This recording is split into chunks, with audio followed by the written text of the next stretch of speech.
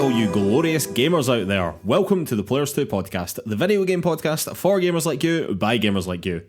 You can find PlayersToo on all the social media, that is Facebook, Twitter, YouTube, Instagram, the lot. You can also find our written content over at PlayersToo.com, that's PlayerSToo.com. And if you could take 5 seconds to give us 5 stars over on Apple Podcasts or wherever you get your podcasts, that really helps us out. It does a huge amount for the exposure of the show. And while you're over there, if you could leave us a little review as well, you would be an absolute legend to us. Alright, and on with the show. My name is Mark Henderson. With me, as always, Mr. Lewis Camley. How's it going, Lewis? Going very well, Mark. Boiled alive by this ungodly weather we've been having in the last few days here in Scotland. As the British way to complain about good weather and bad weather, isn't it? It's too much. It's far too much. And I've also spent today locked in a paint-filled room, so I have probably poisoned myself with fumes. Coming in strong on the pod tonight, Mark. Nice one, man. I have to apologise again. We missed another podcast because I went on holiday. It's very nice to be out of the country again, Lewis, I have to admit. However, I do have to plan this better because I keep on coming back and going, yeah, I'll be fit to do a podcast the day after coming back up from a holiday, and I am super not. So yeah, apologies for making that mistake twice in a row, effectively. But Lewis, marching straight on, what have you been playing this week? Marching straight on, indeed. Marching to the very end, Mark. It's over. It's finally over. It's finally over. Elden Ring has been completed. I've rolled credits on Elden Ring as of just last night. He was very excited when he was texting me, ladies and gentlemen. I mean, I was completely furious on some of my earlier texts about how the end of the game was playing out. We're going to finally have our big discussion on Elden Ring that we've been teasing for weeks. We're going to have that as our topic of the week this week at the end of the show, so I'm going to keep my kind of final thoughts relatively quick here, but I guess just to round off the actual gameplay part, because I'm sure we'll go in all sorts of directions later. The final kind of hours of the game for me became a bit of a boss rush. I think I said last time that I was just charging through areas now, trying to get it cleared, not exploring to any great extent, and basically I left myself at the end with just 3 consecutive boss fights to do, which were the fight with the Dragon Lord, the fight with Millennia, and the final kind of boss fights, I suppose you would say. It's a sort of dual boss fight, which I won't say too much about in case it spoils it for anyone still playing. But that was essentially where I was with the game, and I just had that to do and those horrible confrontations to go through, each of them sort of challenging in different ways.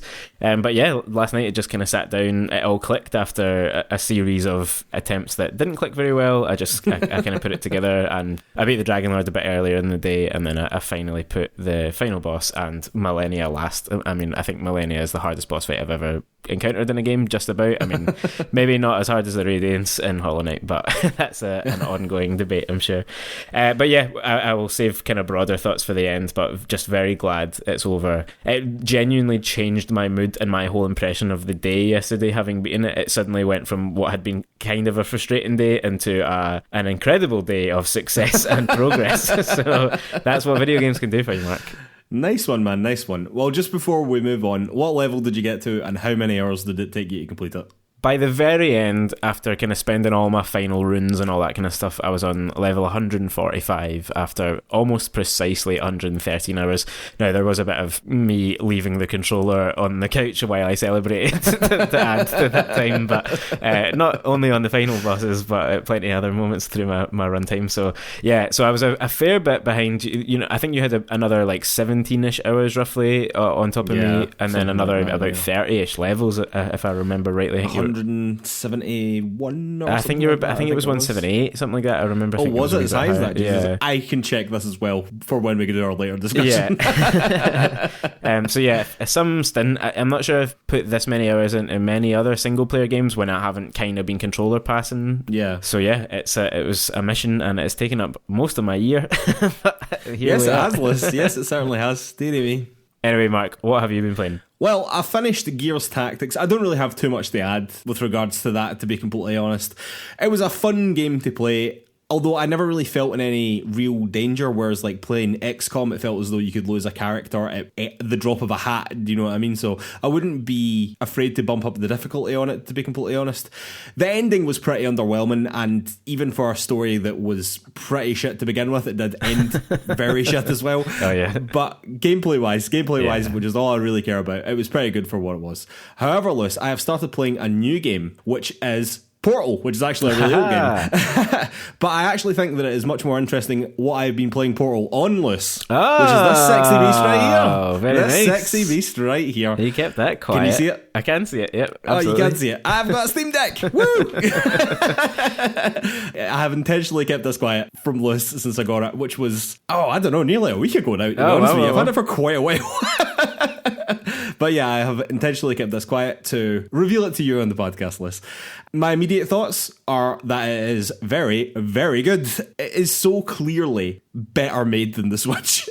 And just every capacity, just about, particularly around those joysticks, do you know what I mean? Like, the Switch ones do feel flimsy, and obviously they've had a whole host of problems with the drifting and whatever.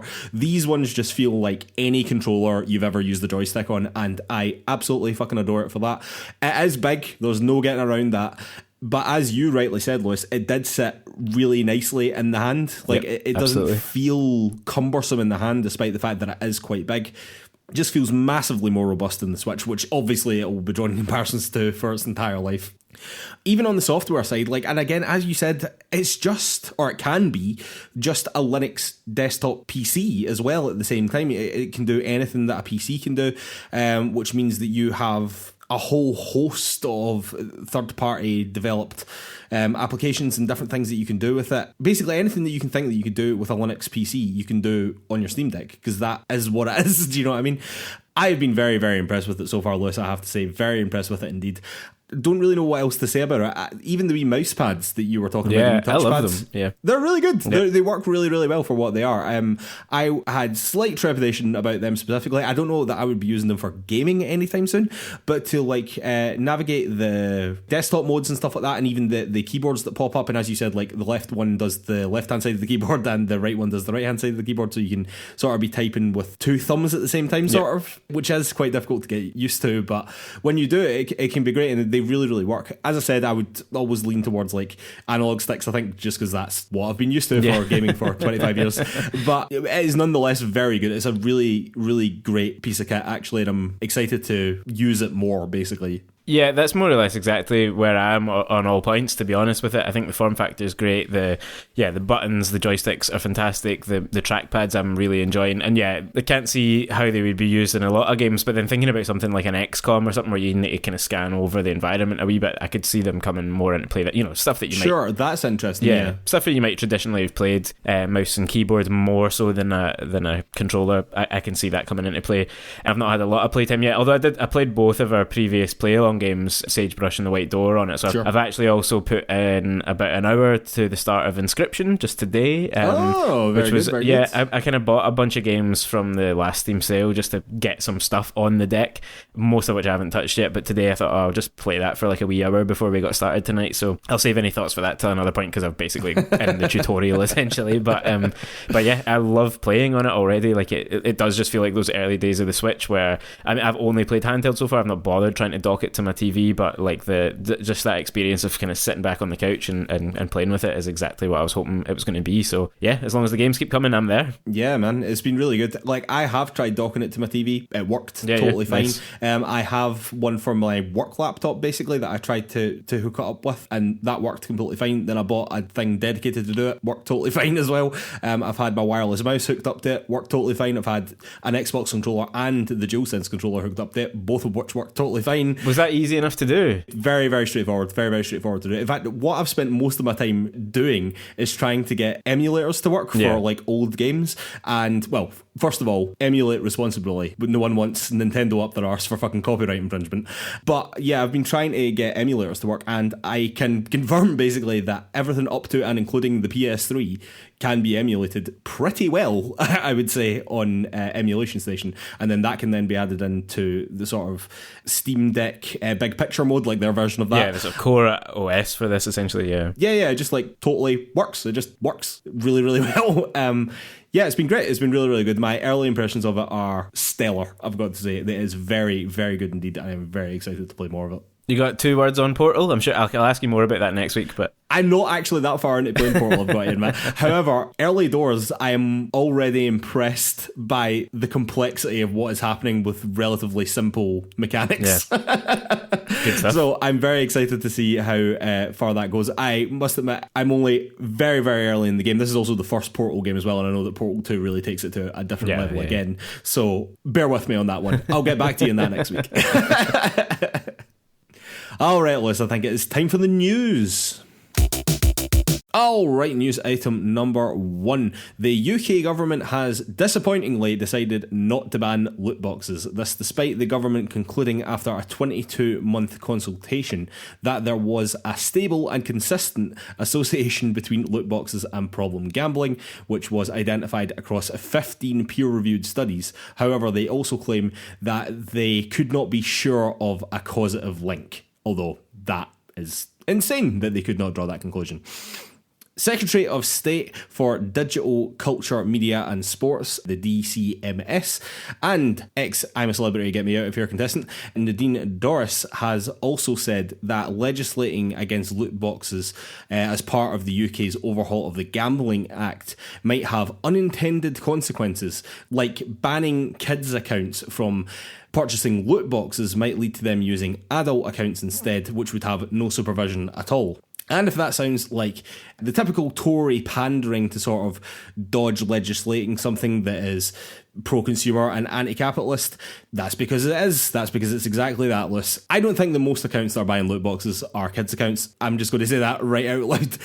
But even if a small percentage of them are being bought from kids' accounts, and even if a small percentage of them, if they were banned from doing that, then went on to get an adult account to buy the loot boxes anyway, like, aren't you better just doing something? Like, just doing the bare minimum to at least give the illusion that you're trying to protect the kids. Do you know what I mean? But option 2, like, you could stop making this just about the kids at all, because this obviously affects many, many more people than just children, and ban them outright, just ban them entirely, and then you wouldn't have that fucking conundrum at all. However, Nadine has also said that children and young people should not be able to purchase loot boxes without parental approval. In addition, all players should have access to spending controls and transparent information to support their gaming, which is good. And ministers are expected to pursue tougher curbs on loot boxes via a working group, which is meeting with members of the UK's video games industry. That working group is due to deliver its first update in Q1 2023. Once again, this is basically just asking the video games industry to regulate themselves on this matter, which they have completely failed to do in the past. But don't worry, because Nadine says that they will not hesitate to consider legislation should the companies not bring sufficient measures to keep players safe. You know, despite the fact that she's hesitating right now and not legislating because the companies haven't done the thing that she's already asked. So what she just said is already happening. I mean, they could just legislate, obviously, they could just do that. This obviously comes after a bipartisan group of Dutch politicians motioned to ban loot boxes outright in their country. Belgium had already done this in 2019. Also, only last month, 20 consumer groups from 18 European countries launched coordinated action asking authorities to regulate loot boxes. And even our own usually totally useless House of Lords has asked for loot boxes to be brought under the remit of the Gambling Act.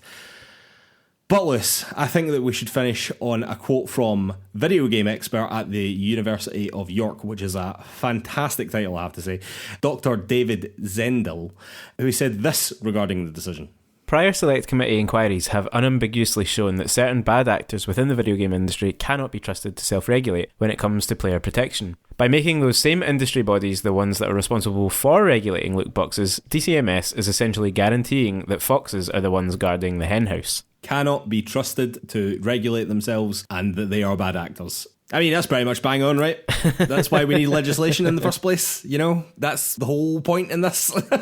Yeah, this is, what do we expect from this Conservative government anymore? Nadine Dorries' own kind of flagship online safety bill, which has been churning its way through Parliament for years and is supposed to do it a lot of the same things as this would do, around protecting young people online and all that, has just been booted into the long grass while the government basically completely crumbles around us. I wouldn't expect any of this to happen anytime soon. Like you say, it's not only completely predictable that something that would harm big business is kind of ruled out or is not taken forward despite all the evidence pointing towards it. But yeah, I think like what you described as your second point there is the most kind of important part. Like, this isn't just about kids, it's about a much wider group of vulnerable people in society who need protection. I don't know enough about how a lot of these like systems and laws and stuff have impinged on the gambling, on traditional gambling websites and all that kind of stuff. Like, I think they're doing all right, mate. I think they're doing all right. I mean, they're doing grand, of course they are. And what I mean is, like, do things like self-inflicted, I suppose, spending caps and that kind of thing, like,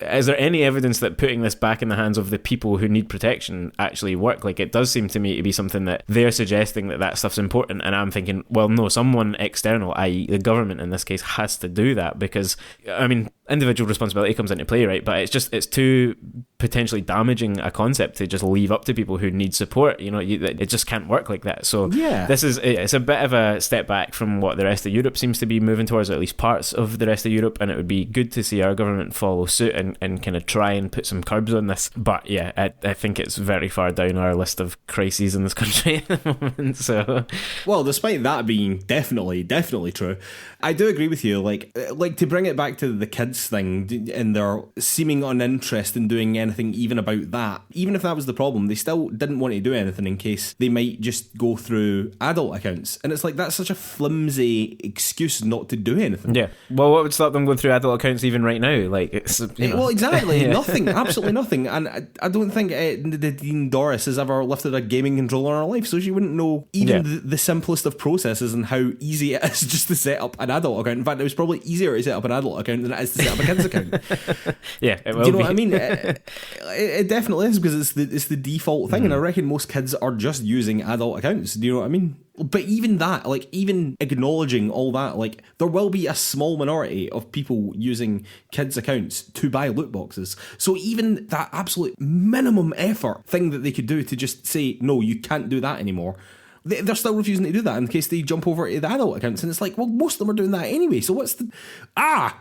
do something. It's like, it's absolutely infuriating listening to this stuff. Honestly, it really is. I really hope that the government step in and make the gaming companies act like...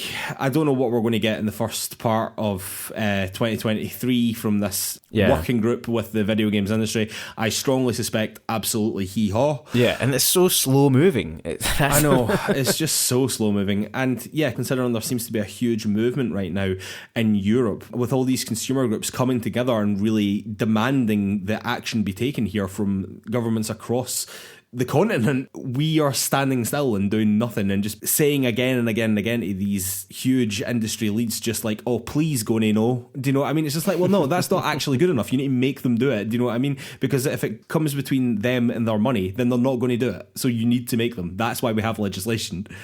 It's so frustrating, Liz. It's so frustrating. All right, news item number 2.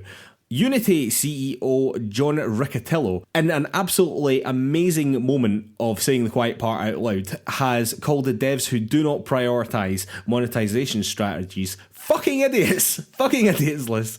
Riccitiello said this during an interview with PocketGamer.biz when discussing the merger between Unity and Iron Source. Iron Source, for those of you that don't know, is an advertising and monetization tool for mobile devs. So all those awful ads and predatory monetization that happens in mobile games, that's these guys. They are also responsible for something called Install Core, which is just malware and has been identified by Windows and Malwarebytes as such. So obviously this merger in and of itself has pissed off quite a lot of game devs who do not want to be associated with these people. And obviously a huge amount of devs use Unity. It's one of the most used gaming engines in the world. And despite this merger also being worth $4 billion, Unity have also laid off 4% of their workforce in the past few months as well, which is also rubbing everyone the wrong way. So on top of all of that, Luce, to come out and call devs that don't prioritise monetization idiots in the wake of all this other shit that's happening at Unity is just an unbelievable slap in the face to these people. Now, I should say that Mr. Riccatello has now come out and apologised for saying this and says that he would do better. However, I think that, well, from my reading of his apology anyway, I will say this, he was more apologising for his quote-unquote crude language and not for undermining like the dev's creative process or implying that monetisation should be the priority for any video game endeavour, which he actually weirdly doubled down on as well in the apology. And the apology only came after he was calling articles about him clickbait and saying that he was taking them out of context, despite the fact that all the articles I read about this incident all either had his bigger quote from the interview or linked to the interview directly. And we will do that as well, by the way. Like, you can go over to PlayersToo.com, it is in the show notes, you can go and read this with all its context if you like. This guy also used to be COO and then CEO of EA between 1997 and 2013 before he joined Unity, which also probably tells you a lot about what he thinks about game development and monetisation. And in 2019, just because he wasn't a swell enough guy, Lewis, while CEO of Unity, a woman who was the VP of Human Resources filed a sexual harassment and wrongful termination lawsuit against the company, accusing him and another co-worker of sexual harassment, which subsequently got her the sack. They both deny this allegation, it should be said, but I mean, I know who I believe, Lewis. So I hope this paints a picture of the guy who we are dealing with here, and to be honest with you, it just shines a light on how these business people at the top of gaming companies actually think. You know what I mean? It's not about like making a great game. It's not about like this fantastic creative endeavor that a video game can be. Because what is the point in any of that unless you can fill it to the fucking eyeballs with loot boxes and microtransactions and any monetization that you can get away with to make a massive profit? If you're not making a massive profit, what is the fucking pointless? Well, that is the question, yeah. I mean, there's absolutely nothing about this story that's even remotely surprising, is there? You know, no, but that's sort of the thing, though. I feel that we should be surprised by this, but yeah, actually, the minute you dig down to it, it's like, oh yeah, of course they think that way. Of course they do. This is all just nonsense that they talk around this. What they're actually interested in is making fucking money. They're not about making video games. They're about making fucking money. Yeah, no, it's absolutely that. I mean, the surprising thing here is really only that we heard the CEO or have read the CEO saying something like this. Not only that it's completely outlandish and detrimental to probably most of his business relationships in the gaming sphere itself, but literally the swearing thing, I know you're kind of mocking him for apologising for crude language, but like, when do you hear a CEO of a major international company like speak like this at all in a kind of PR never. It was moment? Massively unprofessional. It's crazy. It's just, yeah, the whole daft thing to be saying and doing. It's daft thing to be believing, but he obviously does, and that, as you say, it's because money makes the world go round. You know, this is, I even thought his apology, if you read his apology in full, by the end it reads a little bit like an advert for Unity's new monetization tools. It's kind of saying like, oh, all I was really saying was, you know, devs could look at player feedback more and kind of make better decisions around monetization from that, and we happen to have just the thing, and it's like, well, fuck off. Like, you know, you've just insulted the whole development it's so community. Transparently bullshit. Yeah, and like, God, and a lot of those awful. people, even the ones that we think of as being like creatives first and, you know, business second, they will be thinking about monetization or about how to make money from their games or whatever, because they have to. They need to. It's they're running still businesses. A business. Yeah. They've got staff to pay. They've got their own bills to pay. So they are thinking about those things. They're just not making that the primary consideration in their process. Some devs, some companies will absolutely put monetization first, and fair enough. And we've seen with plenty of games that people are fine with that and they want that stuff. But also, it is absolutely fine, and you're not a fucking idiot if that's not your key concern when you're trying to make a game or any piece of art or media or anything, really. Yeah, I think if your primary consideration is how will this make me money, I think the creative and artistic aspects of whatever medium you choose to create your art in is probably immediately compromised, to be completely honest. You know what I mean? I don't know, there's something to be said for the process and it not just all being about the money. Like, don't get me wrong, obviously I'm not naive. Like, these people need to make money, they need to sell the game for a profit to make their business work and to pay people, crucially. Like, that's all good. That's totally fine. I do no problem paying for fucking video games. But for it to be the main thing or the priority, like, if that's the priority, then your priority isn't making the best game possible. It's making the most profitable game possible. And I'm not really interested in playing that game, if I'm honest. Alright, let's news item number 3. And speaking of nightmarish stuff in the video game space, EA have filed a patent for a technique that will generate in-game content based on how you play the game. And I know that doesn't sound bad, and in principle, I actually think that could be quite cool. But of course, this is EA, so it probably fucking won't be. Basically, it determines a player's quote-unquote persona based on gameplay information that can be used to, 1, perform dynamic content generation, which could be cool if the game sort of dynamically adapted to how you were playing it. That's something that could be cool. Second point, to make additional product recommendations to the player, which is not cool. Like I said, I think this is a bit of a double-edged sword, because I actually think that custom content that sort of changed as you played the game could be really cool. And it sort of reminds me of, you know how in Metal Gear Solid 5, if you kept on hitting the guards with headshots, then they'd all start wearing helmets. And even sort of reminiscent of the Nemesis system from Shadow of Mordor, right? It's that sort of thing I'm thinking about. What I think EA is thinking about, though, is how they can do targeted advertising at you in a game. And I think that's basically what that second part is. It's just targeted advertising. It's just oh, you fit into this group of people, and this group of people like this thing. So we're going to flash that in front of you as many times as we physically can until you fucking buy it. It actually could get even worse and potentially more granular than that as well. This could be used for things like loot boxes. If they know that you fit into persona whatever, and if they put this type of loot box in front of you, then you're more likely to buy the next one. Do you know what I mean? It could get to that sort of stage, and the more and more you stare at this, the more and more insidious it could easily become, you know? Yeah, definitely. I mean, this is one of these ones that we're kind of saying keep an eye out on, I suppose, because it could turn out to be something quite interesting and quite innovative for EA games, if no further than that. They do have a bit of a history of giving patents away, right enough. This doesn't feel like it would be one. But I think you hit the nail on the head in terms of what the kind of key issue is here, because it's such an obvious move towards monetization and towards adverts and towards microtransactions and loot boxes and all of that. It's how do we determine what someone is most likely to be triggered to take an economic action, right? And it's funny because obviously EA and the platform holders and basically every company you've ever interacted with have that information on you in a lot of ways. That is all that data is being reaped from us all the time, and they can target us in these ways on other platforms just now. So this would bring it right into how you actually play games, and presumably therefore how game storefronts will behave, not just other parts of the internet that you might engage with that can serve you adverts. In terms of the actual gameplay side,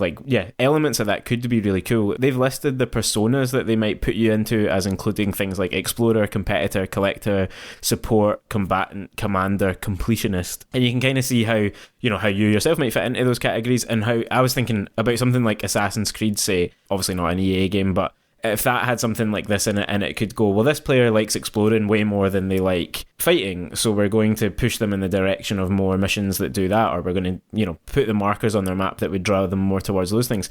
That could be a really interesting thing, but it could also lead to quite boring iterative gameplay. If this is particularly in something that's procedurally generated, or something like Anthem, which, this might all be an attempt to fix from back in the day. If it is deciding what content you like based on what you do, you might not necessarily be loving the thing that you're doing all that much. You're just doing it because you have to, and then it keeps serving you more of that, or gives you something that's totally different to make you try a new way of playing. But you might hate that. So it just feels like just design the thing that you want us to experience. I think that's the key to it all. But it's just make a game. Yeah, just make a game. Yeah. It's interesting enough, this system, that it could be worth keeping an eye on and seeing if it is implemented in any interesting ways. But it feels like the most natural way it'll be implemented will be to sell FIFA Ultimate Team cards and that kind of shit. It'll just be the same old stuff, just a new, fresh way of doing it. Yeah, I mean, it feels as though that's a very cynical take on it, but I can't help but think it's probably the right take as well. Yeah, it's worrying, I will say that much. Alright, let's news item number 4. PlayStation have completed the acquisition of Bungie for $3.6 billion, which was announced back in January. Sony CEO Kenichiro Yoshida has said that he believes this purchase will be a catalyst to enhance our live services capabilities, and that the acquisition of Bungie also represents a major step forward in becoming more multi-platform. And I think that multi-platform thing is the element here which is interesting, because obviously when Xbox bought Bethesda, initially there was a lot of sort of, I wonder what's going to be happening here with exclusivity. Ultimately, they ended up being Xbox exclusives, though any games that were released on other platforms were obviously still supported. Well, I think that Activision situation is still a bit more unclear than that, and we probably won't know any more until that deal closes, which also could be happening pretty soon as well, by the way. But when Bungie were asked about their future games being PlayStation exclusive, they replied, "No, we want the worlds we are creating to extend to anywhere people play games. We will continue to be self-published, creatively independent, and we will continue to drive one unified Bungie community." So while they have not explicitly said that their next game, which apparently is coming out before 2025, is coming to other consoles other than PlayStation, that statement does imply to me at least that that is what they want to do, and that they are independent enough from the sort of greater PlayStation that they are able to go and do that. Also worth throwing in here, just because I wanted to mention it, that PlayStation have also closed their deal to buy Jade Raymond's Haven studio as well, which is another exciting purchase. But back to Bungie, I guess the question here is, like, do you think Bungie's next game will be a PlayStation console exclusive? Because you could be multi-platform, but just console exclusive on PlayStation and release on PC as well. If not, like, what did PlayStation buy here? Like, what are they getting out of this deal apart from the revenue from Destiny 2, which granted might be worth it, but it doesn't seem as though it's an amazing purchase from a consumer point of view, do you know? I see what you're saying there, yeah, and until we have kind of full details, or possibly until Bungie actually do announce a new game and kind of tell us its rollout plan, we won't really have the answer. I wouldn't be stunned if this ends up on Xbox as well. I could see it being, not a day one release, but like a timed console exclusive on PlayStation. But, I think the sooner that these major platforms realise that in terms of service games and in terms of big multiplayer games, there's not a huge amount of value in keeping them permanently locked to their single ecosystem. Because if you're selling, you say that the revenue from Destiny 2 might be enough. Well, it's got to be gargantuan, right? Think of all the transactions that take place in that game all day, every day on all platforms. Sony would be daft to just say, well, we're taking part of that away and we're not going to allow people on certain platforms to buy it. Well, Destiny 2, to be clear, they've already said, like, that's safe. That will be supported on all platforms going forward forever. Projecting that forward into other games, though, if they make a Destiny 3, why would you wall that off when the money's there? It doesn't harm you. You're taking all the revenue from it. I guess Xbox would take a slice if a transaction goes through there. Sure. But, Sony have got to say, well, we're getting, 3/4 of that slice and Xbox are getting a portion of the rest or whatever. So I don't know how that actually pans out. But I think the other thing really is that what Sony want is Bungie's knowledge more than anything. This is what they're buying. It doesn't actually matter too much about the games being exclusive, and even this language around them still being self-published and creatively independent, I don't see how that can be in certain ways. If they decided to put out something that Sony were radically opposed to for whatever reason, politically or whatever, could Sony really not stop them from doing that? I just, who knows how that would work out. But it feels to me almost like a bit of a, you scratch my back, I'll scratch yours here. It's not just that we're buying you, but you are going to inform our studios. When you look at the Last of Us factions, The Last of Us 2 multiplayer, whatever we're going to call it, that looks like it's going to have all the hallmarks of what Bungie have been doing in terms of like ongoing storytelling from that little snippet that we were given of it at the during Summer Game Fest. So I wouldn't be surprised if that's what this is all about, and that actually the will they, won't they of will it publish on other platforms probably just doesn't matter as much. And I think ultimately it's for the best if it's everywhere. I don't really see who loses in that scenario. No, to be honest with you, man, I think you've pretty much hit the nail on the head there. I think I totally agree with that. I think it is about PlayStation just getting more multi-platform. Obviously, they've been doing that with the PC releases recently as well, but also they've been pretty loud about the fact that they want to get heavily involved in service games as well, and there are few better people out there to help with that than Bungie. Yeah. Like Destiny 2 has been a tremendous success. It's had its ups and downs, sure, but overall, I think as far as service games go, it's been pretty fucking good. And that's the knowledge they bring as well, though, is how to deal with the downs, It's exactly. Business. It's everything, yeah. Well, let's see what comes of it, Lewis. I'll be very interested to see if their next game is going to be a console exclusive. Even timed, I think, would be quite something.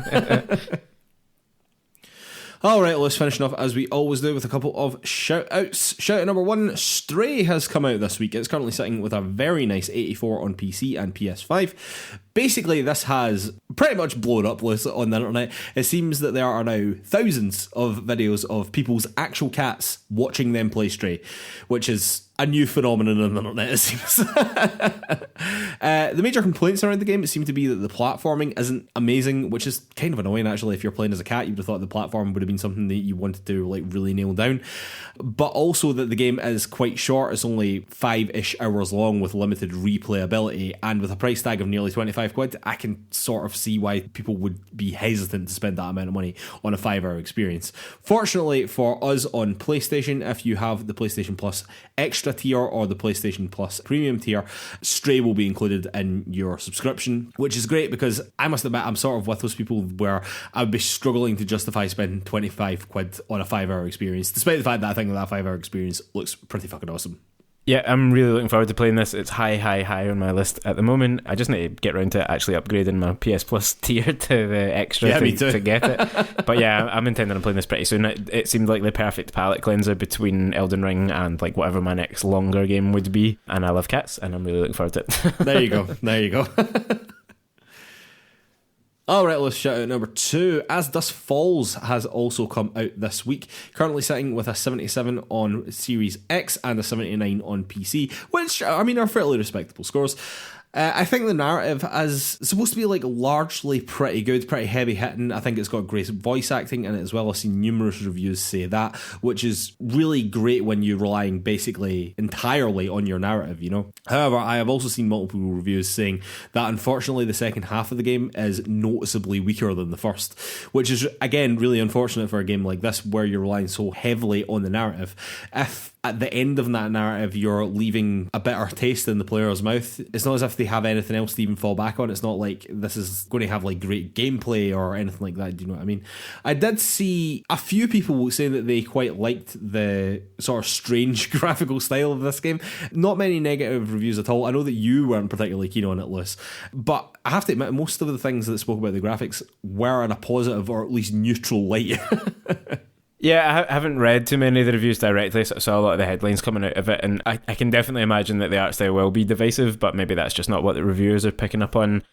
Just because it has that kind of like quite static looking, I've seen it described as like a storyboard style, which I don't know how you do action like that basically, but yeah, I don't know, that part of it was putting me off slightly, but I'm very intrigued by the narrative, you know, which particularly in the preview coverage was getting a lot of sort of interesting discussion around it, and yeah, these great performances, blah blah blah, like this is up our street. I'm keen to try it at some point. It's on Game Pass. I'll definitely be giving it a go at some point down the line. Yeah, I'd like to think so too.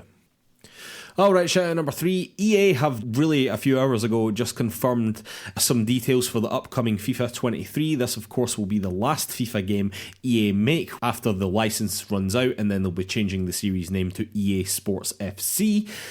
But the main features of this game seem to be the inclusion of women's club teams for the first time, although it will only be the English and French leagues at launch. There will also be an inclusion of the Women's World Cup as well, and crossplay, which will be generation specific, it seems, e.g. the next gen consoles and PC will all be able to play together, and PS4 and Xbox One will be able to play together, which I think probably makes sense in terms of just how your systems work together, basically. I do have to say that these are two features that I would argue quite strongly should have been in the series for quite a long time, Liz, but better late than never.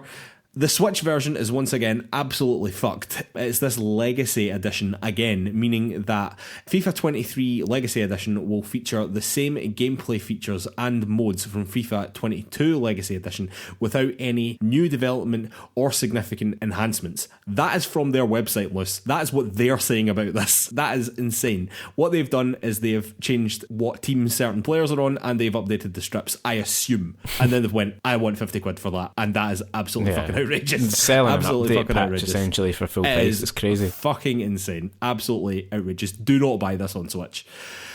The game will also include Hypermotion 2 power dribbling, new acceleration mechanics, updated physics for when the ball hits your hands and your feet, which is like most of the physics, yada yada. They're basically selling you the same game they've been selling you for the past fucking, I don't know, rolling on 10 years now.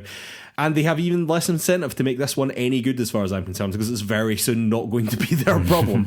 And despite all of that, it will still sell insanely well. It absolutely will sell like gangbusters. Most people playing it will probably not realise that it's the last one. I think that's be the interesting thing to see. Do EA turn this into a bit of an advert for the future of what their football franchise is going to be, or is this the sort of... I will bet you £100 right now it's the same fucking game. I mean, yeah. But do you make that game look undefeatable compared to whatever might come through the FIFA license down the line, or do they just kind of go out on a bit of a whimper and then next year go, haha, we've saved football games, you know?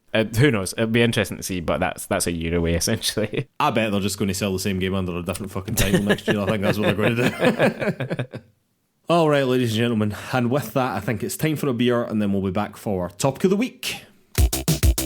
And we are back for Topic of the Week. Topic of the Week this week is our Elden Ring discussion list. It's been a long time coming. It has been a long time coming indeed. I mean, we could have done this months ago if I'd just made some progress. But yeah, as we said at the top of the show, the game is finally done. We're speaking now as a pair of Elden Lords, which we can be very proud of altogether. Yeah, we've been kind of flirting with having this conversation for a while because obviously week by week we've given our thoughts over the past few months on our progress, but just kind of tying it all together now with a bit of a kind of spoilery conversation. So we might touch on some of the endings, some of the final bosses, all that stuff. So be warned.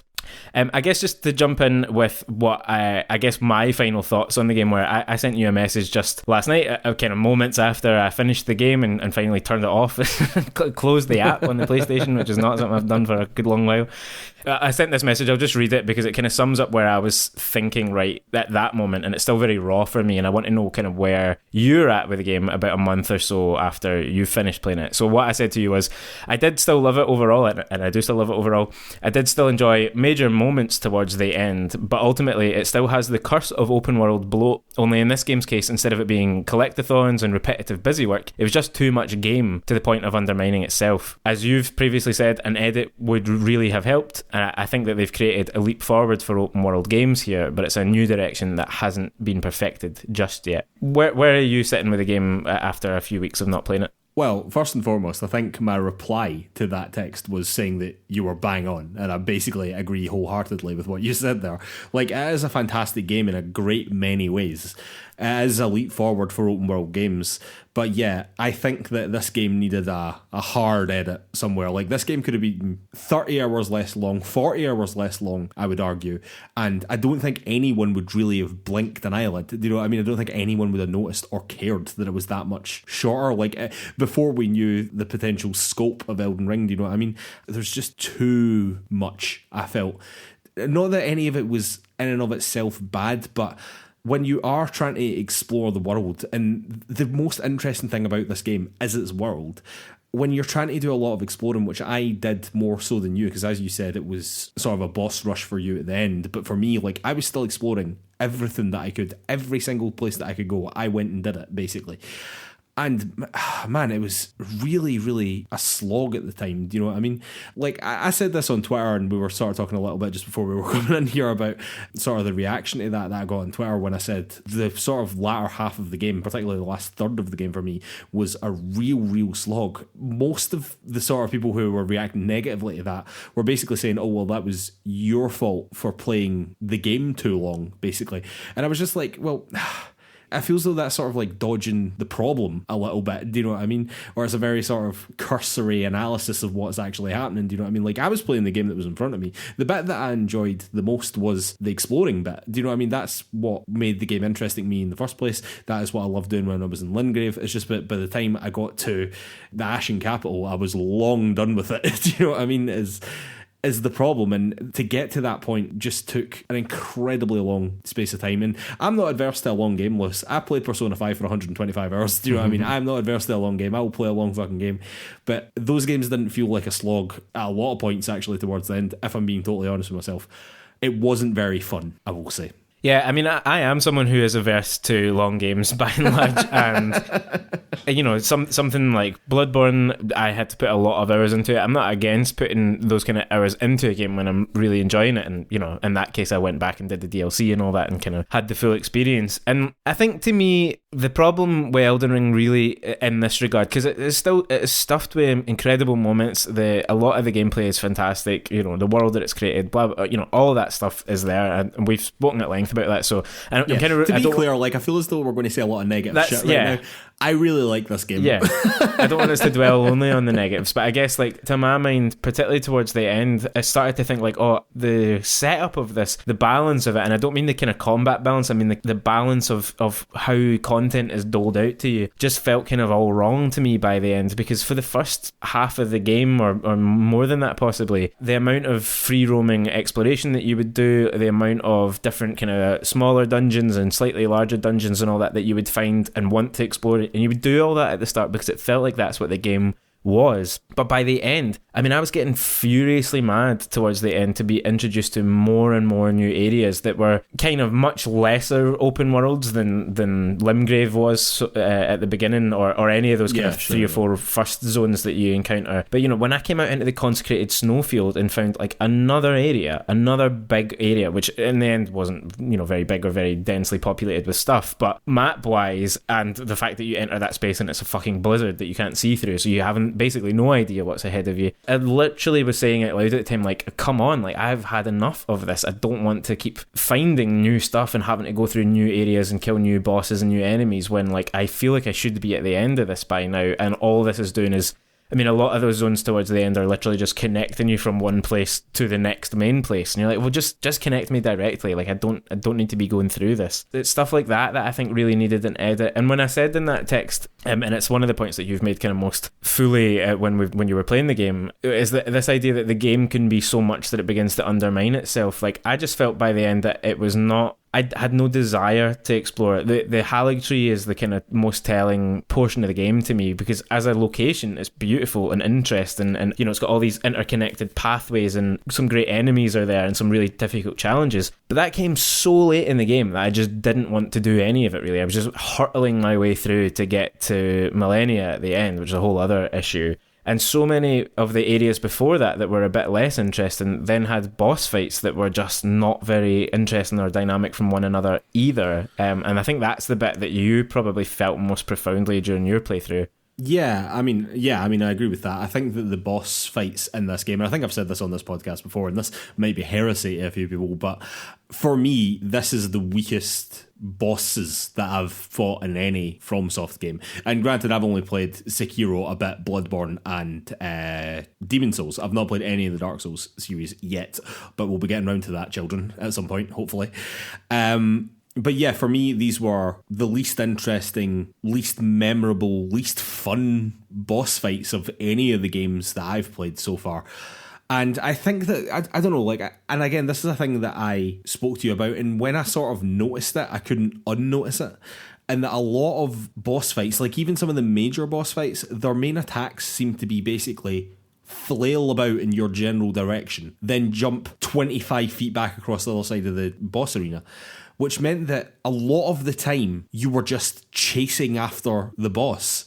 Do you know what I mean? And I don't know if that's because they had a lot of the time slightly bigger boss arenas than you were maybe used to from their other games, and I don't know if that's along with open worlds or whatever, or that was an intentional choice, but it just felt as though so much of your time in some of these boss fights, and I'm talking about the main boss fights, some of the boss fights that you have to do to complete the game, you're just chasing after the boss for half the fight's just running after the fucking thing, and it's just not fun to do that. I'm sorry, it's just not. Just let's have a fight, let's have a frenetic cool fight or something. But yeah, I don't know, there just wasn't anything like that in this game. I didn't think, or there wasn't enough of it for it to stand out. And the fact that this game has I think it has over 100 anyway, but it might have over 120 bosses in it or something like that. It's a ludicrous amount of bosses. But as you said, there's so much of it, it's sort of undermining all the boss fights. None of them feel that special because there's so many. Do you know what I mean? Yeah. Even the sort of main ones, the main story ones, because some of them aren't that great in comparison to some of the ones that aren't. The Millennia fight, which everyone goes on about. You don't have to do that. No one has to do that fight. Do you know what I mean? And again, you might have your problems with it, and many people might have problems with it, but it's undoubtedly a memorable fight in that game. Absolutely, yeah. Like the Fire Giant, I would say, is probably a pretty memorable fight as well. But at the same time, they were sort of exceptions. I actually thought that most of the bosses in this game were like really forgettable. Whereas in like Bloodborne, like I can remember series of events that happened in certain boss fights. You know what I mean? I can't really do that with any of the boss fights here, I don't think, really.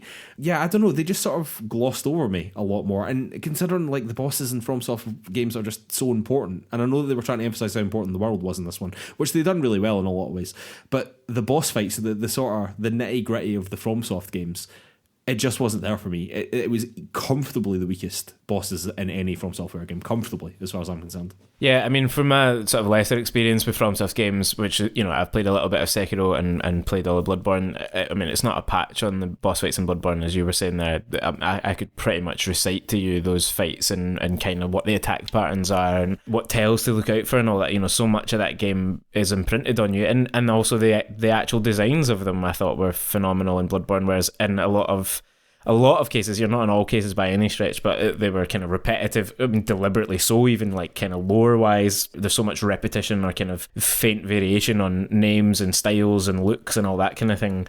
But yeah, there were still some memorable ones. Millennia Fight being obviously a major standout for good and bad reasons. I really liked the fight with Horalu towards the end, like the kind of second part of the Godfrey fight. Yeah, that was a good one, yeah. I really I loved the Astralborn guy. I can't even remember what his name was, but the kind of the very bloodborne monster that you fight at the end of the Lake of Rot. That was so different. I mean, it was a really annoying fight in terms of him jumping away from you again, as you were saying, but like some of the... just teleporting away or like jumping to the other side of the arena.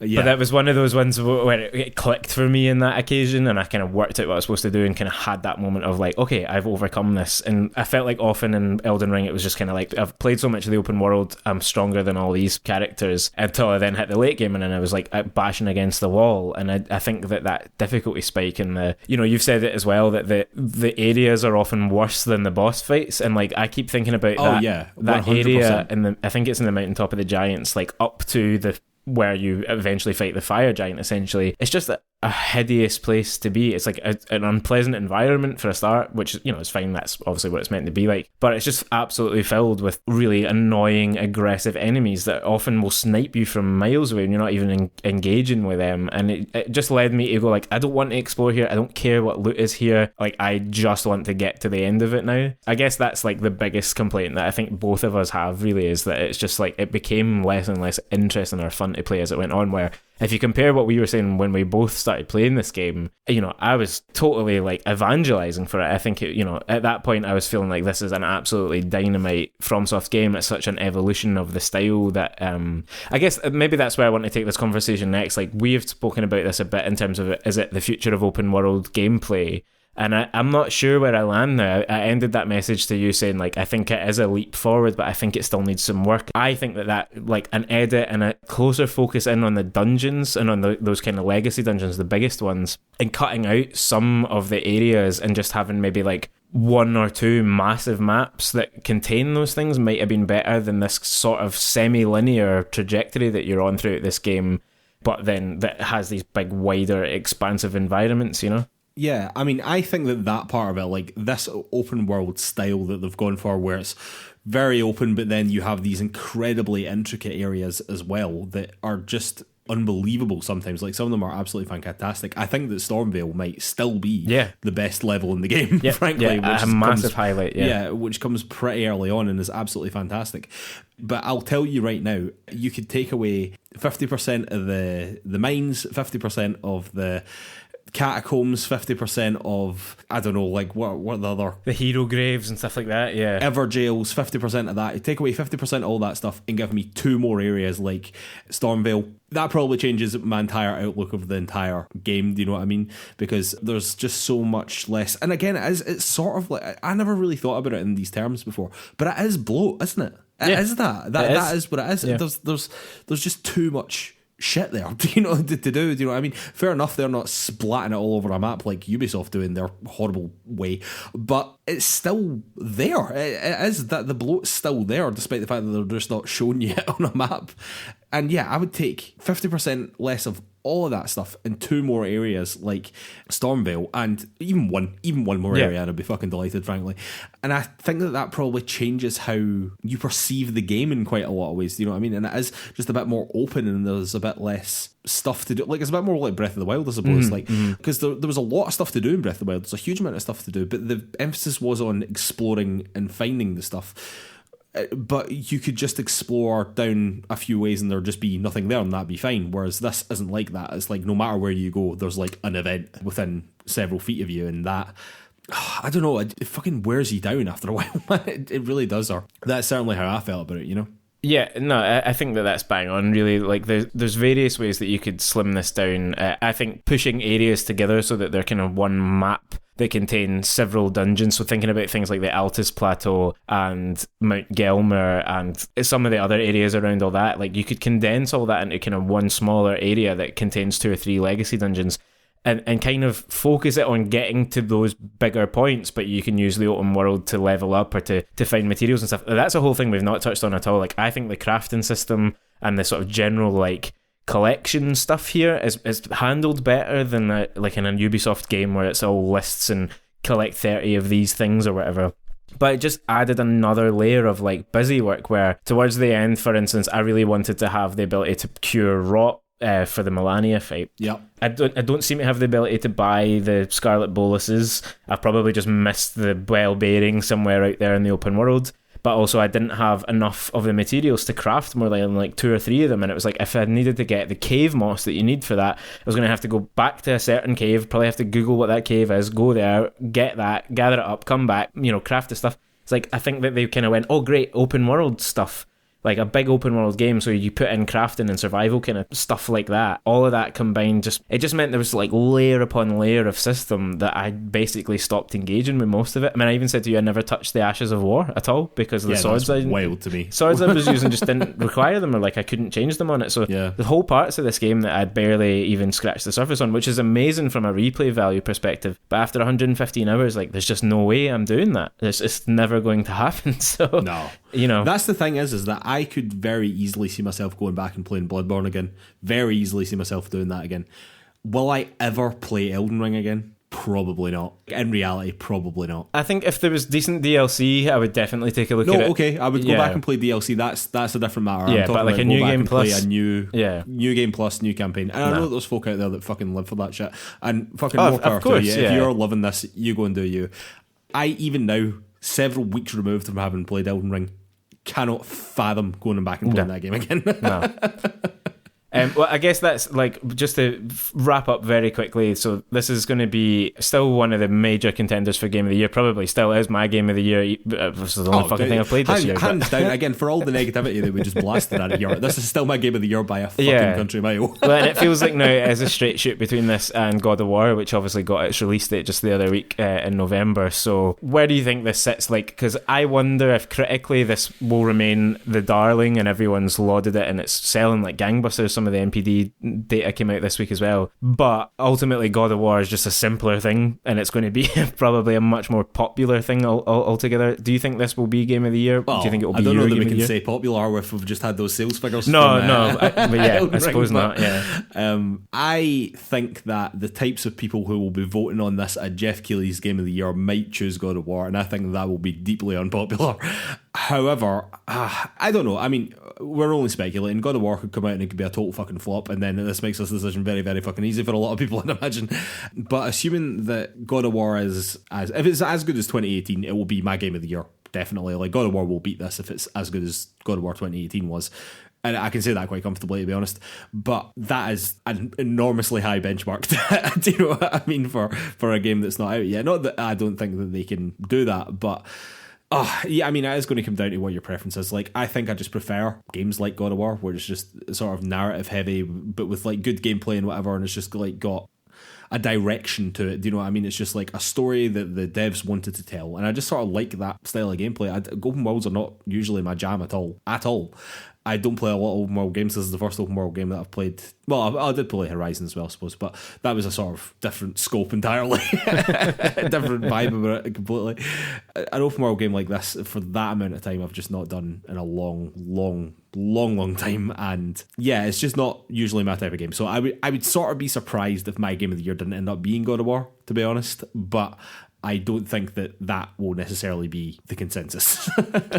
Yeah, hard to say just now, because obviously this has been loved, but I do think a lot of people might have picked this up or played it but not got through it because of what it is, and God of War might be more kind of popular in that sense when the time comes. But I don't know, yeah, it's comfortably my game of the year so far, as I say, partly because it's not allowed me to play anything else, and I do really think it's like its ambition and its innovation and its scope and all that is absolutely laudable and deserves the kind of praise and the awards that it will kind of surely get, whether or not it actually gets Game of the Year. But I mean, yeah. I do think, if you put this up against God of War 2018 or like an updated version of that, ultimately after 40 hours of that, would I have enjoyed it more than this? Maybe. And like you're even making the kind of comparison there about the type of game that it is, but like put Bloodborne up against God of War and maybe you're having a different conversation, so there's something particular conversation. Yeah, there's something particular about Elden Ring that has, for us at least, has got like some flaws there that kind of undermine it. And I wonder if this will fade for me over time, because I just was quite angry at the game by the end, but loved the final moments and getting through it and all that. And the endings I thought all were pretty rubbish actually, but that's barely matters really when you get to that point.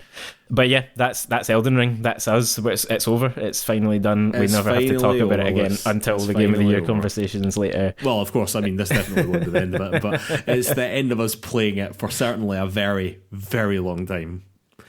All right, ladies and gentlemen, I think we'll have to call it a day there. I'd like to remind everyone that you can find PlayersToo on all the social media. That is Facebook, Twitter, YouTube, Instagram, the lot. You can also find our written content over at PlayersToo.com. That's PlayerStoo.com.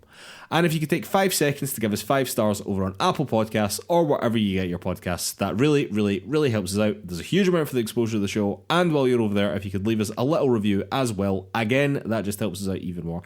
And thank you so much to anyone that's already done that for us. You're an absolute legend to us. I'd like to remind everyone that our play-along games for this month are Monument Valley 1 and 2. I've got them both downloaded on my phone list. Not started playing any of them yet, but from my previous experience of playing Monument Valley, I will love them and devour them very quickly, I'd imagine. Well, I have actually finished replaying Monument Valley 1 in its entirety, which I had the last level to do, which I did shortly after finishing Elden Ring, and felt like an absolute god of gaming last night as I polished off game after game. Elden Ring and Monument Valley, those are the same thing. Different vibes. Yeah, a phenomenal first game. I cannot remember now if I have played the second one. I've been assuming this whole time that I had played it before, but I was just kind of looking at some stills from it and going like, I don't recognise that necessarily, but maybe I will when I start playing it. So Monument Valley 2 coming up next for me. Nice one, man. Well, I've still got to get stuck into them both, so I'll need to get started. I'm very excited about these games, man. I love Monument Valley. Monument Valley is absolutely great. Everyone should get involved with these. These games are very cheap and they've just come to Steam as well. So they're on Apple Arcade as well if you're still registered. And on Apple Arcade. There we go. All right, ladies and gentlemen, we will see you next week. Thanks.